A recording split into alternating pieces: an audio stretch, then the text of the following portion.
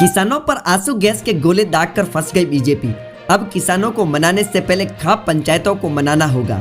आपको बता दें कि पंजाब से दिल्ली की ओर कूच कर रहे किसानों पर अंबाला संभू पर आंसू गैस के गोले बरसाए गए। इसके बाद से बीजेपी फंसती नजर आ रही है। एक तरफ जहां पंजाब हरियाणा हाईकोर्ट ने दिल्ली के रास्तों पर अवरोधक कार्रवाई को लेकर सरकार से स्टेटस रिपोर्ट मांगी है, वहीं खाप पंचायतों भी किसानों के समर्थन में उतरती नजर आ रही है। खाप पंचायत के अध्यक्ष चौधरी सुरेंद्र सोलंकी का कहना है कि किसानों पर आंसू गैस के गोले दागना गलत है, साथ ही किसानों के लिए अनाप शनाप बयान भी ठीक नहीं है। बताएंगे उनका पूरा बयान।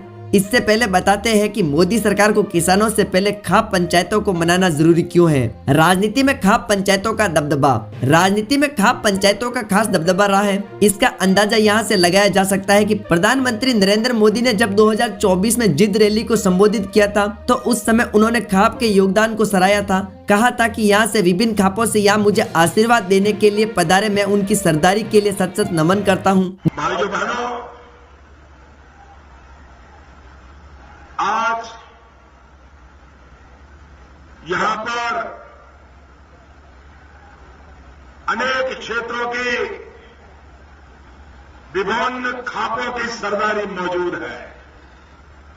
ये विभिन्न खापों की सरदारी को मुझे आशीर्वाद देने के लिए यहां पधारे, इसलिए इन खापों की सरदारी को। दरअसल खाप पंचायतें हमेशा से सामाजिक मुद्दों पर मुखर रहती है। ऐसे में खाप पंचायतों को नजरअंदाज करना किसी भी राजनीतिक दल के लिए मुमकिन नहीं है। ये बात अलग है कि जब से खाप पंचायतों के कंधे पर सियासी एजेंडे पूरे किए जाने लगे हैं, तब से लोगों में जागरूकता आई है और अपने मुद्दों पर फोकस करके वोटिंग करने लगे हैं। फिर भी खाप पंचायतों को राजनीति में नजरअंदाज नहीं किया जा सकता। टिकट के आंसुओं से पिघला था खाप पंचायतों का दिल। खाप पंचायतों की ताकत का उदाहरण पिछले किसान आंदोलन में देखा गया था। किसान आंदोलन जब ठंडा हो रहा था, उसकी वक्त बाकुई के प्रवक्ता राकेश टिकैत की आंखों में आंसू आ गए थे। राकेश टिकैत जाटों के बलियान खाप के मुखिया नरेश टिकैत के छोटे भाई हैं। उनकी आंखों में आंसू देखकर यूपी से हरियाणा तक खाप पंचायतें सरकार के विरोध में सड़क पर उतर आई थी। इसके बाद आंदोलन ने जिस तरह से तेजी पकड़ी उसे आपने भी देखा था। खाप पंचायतों के दखल के बाद किसान आंदोलन ने प्राण तोड़ते किसान आंदोलन में नई जान फूंक दी थी। यही वजह थी कि मोदी सरकार को तीनों कृषि कानून वापस लेने पड़े थे। अब किसानों पर फिर से आंदोलन के पहले ही दिन आंसू गैस के गोले दाग दिए, जिसे प्लाम 360 के प्रधान चौधरी सुरेंद्र सोलंकी खासे नजर आ रहे हैं। ऐसे में मोदी सरकार को खाप पंचायतों को मनाना जरूरी है ताकि किसान आंदोलन शांत किया जाए और आने वाले लोकसभा चुनाव में भी नुकसान का सामना नहीं करना पड़े। सरकार को किसानों की मांग माननी चाहिए। एमएसपी आज देश के किसानों की बहुत जरूरत है। मेरे सभी किसान भाइयों से मेरा एक अनुरोध है कि वो शांति बना के रखे। सीधी सीधी बात है कि इसमें कोई कमेटी बनाने की आवश्यकता ही नहीं है। इसमें सीधा सीधा देश के किसानों को एमएसपी देने की आवश्यकता है। जितनी भी पूर्व की सरकारें हैं वो सब इसमें सम्मिलित रही हैं और वर्तमान में जो अभी 10 साल की सरकार है उनको भी इस बारे में सोचकर इस पर जरूर जल्द से जल्द कानून लाना चाहिए। जब पहली वार्ता हुई तो अब तक क्यों नहीं बनाया गया? जिस तरीके से पुलिस ने टीयर गैस का इस्तेमाल किया वो नहीं होना चाहिए था और सरकार को किसानों की मांग माननी चाहिए। एमएसपी आज देश के किसानों की बहुत जरूरत है और एमएसपी अगर नहीं मिलेगा तो देश की किसानी बर्बाद हो जाएगी। तो सरकार को एक बार फिर वार्ता करके इस मामले को सुलझाना चाहिए और मेरे सभी किसान भाइयों से मेरा एक अनुरोध है कि वो शांति बना के रखे। किसी भी समस्या का समाधान शांति से और वार्ता से ही निकलेगा। और साथ ही साथ मैं ये संगठन जितने भी कर रहे हैं इनसे एक अनुरोध हो रहा है कि कभी भी कोई कॉल दी जाए तो सबसे चर्चा करने के बाद ही दी जाए, क्योंकि बहुत सारे संगठनों को खापों को इसकी जानकारी नहीं दी गई या इसके बारे में नहीं बताया गया। तो सबसे समन्वय करने के बाद ही करना चाहिए, लेकिन सरकार को भी इनकी मांग को तुरंत मानना चाहिए।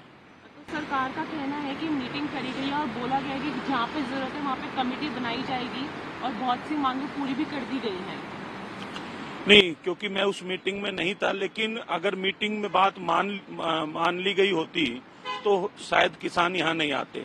और सीधी सीधी बात है कि इसमें कोई कमेटी बनाने की आवश्यकता ही नहीं है। इसमें सीधा सीधा देश के किसानों को एमएसपी देने की आवश्यकता है और उम्मीद करते हैं कि सरकार इस मामले पर गंभीरता से विचार करके इसको जल्द से जल्द सुलझाएगी। हरियाणा के होम मिनिस्टर अनिल विज का कहना है कि वो सरकार से बात करना चाहते थे, वो मीटिंग हो गई, दिल्ली आ रहे हैं तो इसके पीछे कुछ और मोटिव है। देखिए, अनिल विज जी को मैं गंभीरता से नहीं लेता। वो कुछ भी बयान देते हैं और इस तरह के बयान नहीं देने चाहिए। अगर देश का किसान एमएसपी की मांग कर रहा है तो वो आज देश के किसानों की आवश्यकता है। और अनिल विज हो या इनकी सरकार के और मंत्री हो, बहुत सोच समझ कर बयान देना चाहिए।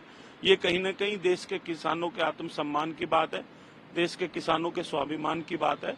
तो उनके स्वाभिमान के साथ किसी भी तरह का अपमानजनक बातें बर्दाश्त नहीं की जाएंगी। पंजाब किसान मजदूर संघर्ष कमेटी के जो जनरल सेक्रेटरी हैं, उनका कहना है कि इस कांग्रेस और बीजेपी दोनों बराबर के दोषी हैं किसानों को जो एमएसपी की गारंटी नहीं है उसमें। नहीं, बिल्कुल सही बात है कि जितनी भी पूर्व की सरकारें हैं वो सब इसमें सम्मिलित रही हैं और वर्तमान में जो अभी 10 साल की सरकार है उनको भी इस बारे में सोचकर इस पर जरूर जल्द से जल्द कानून लाना चाहिए।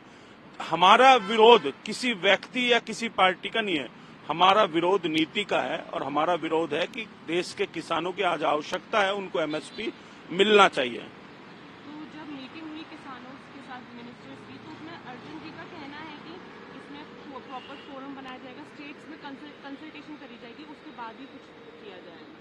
नहीं तो जब पहली वार्ता हुई तो अब तक क्यों नहीं बनाया गया?